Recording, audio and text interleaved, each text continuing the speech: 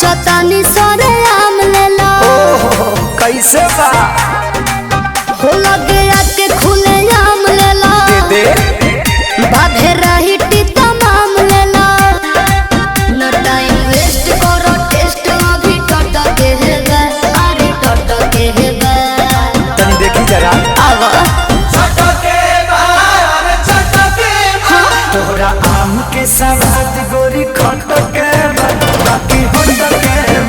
तोहरा आम के सवाद बड़ी खटके बाकी हटके तनी चिखा ना दो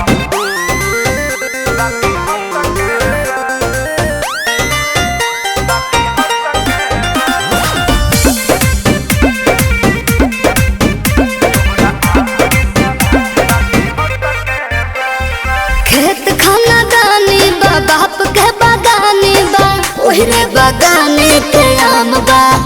ले लो भर झोरा सस्ते ही दाम बा बात राइट बा एक बाइट में लोग के पता तो चलिए जाए आ? तोहरा चीज के न कवनो जवाब बाटे जवाब बाटे हिसाब बाटे चलो तहरा खातिर दू चार पैसा घट के बा अरे घट के बा हाँ तो दे दो चलो छोड़ दे चटके अरे तोरा आम के सवाद गोरी खटके बाकी हटके अच्छा आम के सवाद बड़ी खटके बाकी हटके कौन छुछू लागत रे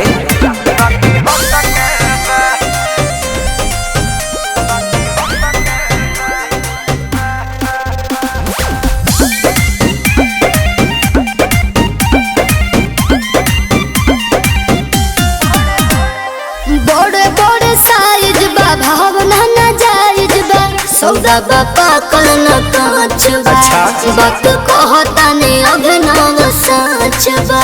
अच्छा तो सुनो हाँ हो तोहरा लंगड़ा के तगड़ा सवाद बाटे धन्यवाद बाटे जिंदाबाद बाटे सारे राहुल हरी फिर जुस मटक बा अरे मटक बा हाँ तो पहुँच जाए रे सही हो चटके हाँ तोरा आम के सवाद